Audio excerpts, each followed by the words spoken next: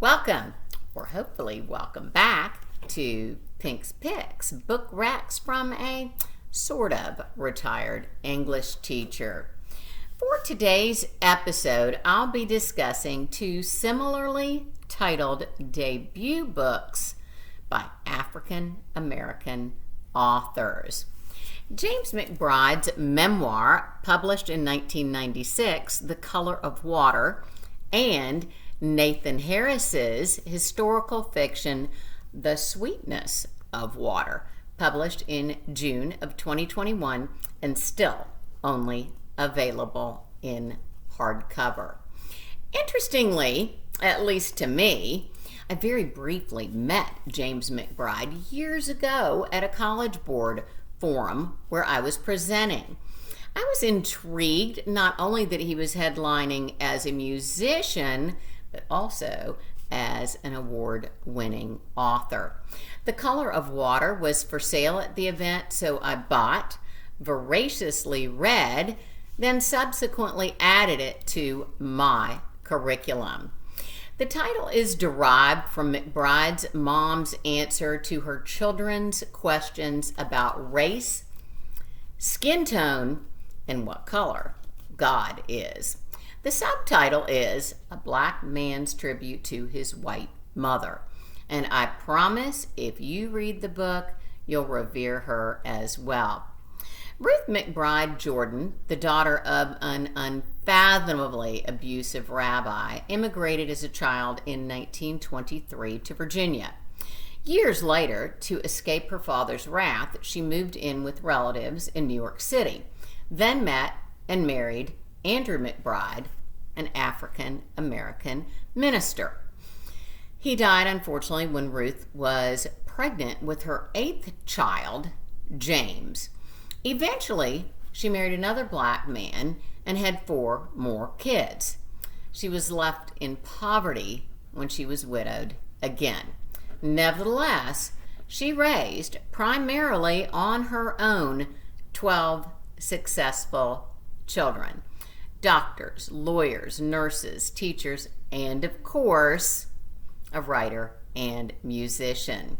In a New York Times book review, H. Jack Geiger wrote that the triumph of the book and of their lives is that race and religion are transcended by family love and the sheer force of a mother's will and her unshakable insistence that only 2 things really mattered: school and church.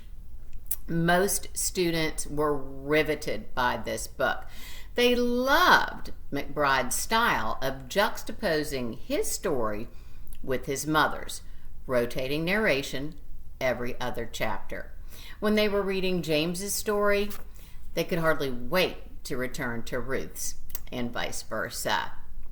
Sweetness, meanwhile, juxtaposes a world of cruelty in Old Ox, Georgia, immediately after emancipation, that also carried in it great joy.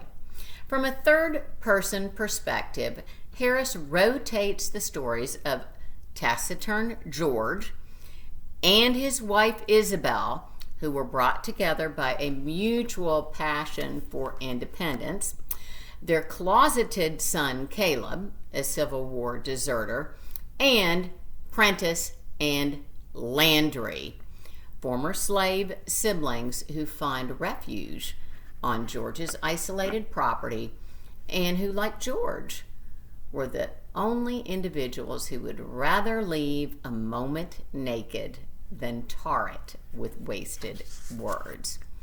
Harris's writing is gorgeous.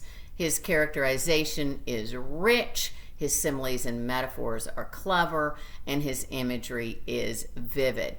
For example, George had always been of the opinion that what he lacked in personality or charm was embodied in his cooking, his favorite act of good will.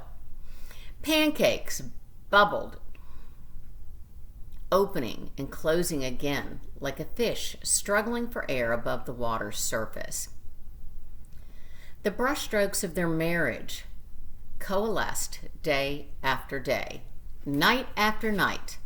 The resulting portrait, rewarding but infuriatingly difficult to interpret. And the space, although shared, had been cordoned off with invisible lines demarcating who belonged where. My favorite hairstylistic devices include his use of my favorite word, vicissitudes. His language to portray universal experiences. In his heart, he knew the house hadn't shrunk. He'd simply learned how immense the world was. And those prone to evil were left untouched by guilt to a degree so vast that they might sleep through a storm. And the present thunders on, while the past is a wound untended, unstitched, felt, but never healed. And I love his overarching theme of beauty and horror that accompanies the ebbs and flows of existence. What is life without color and sweetness?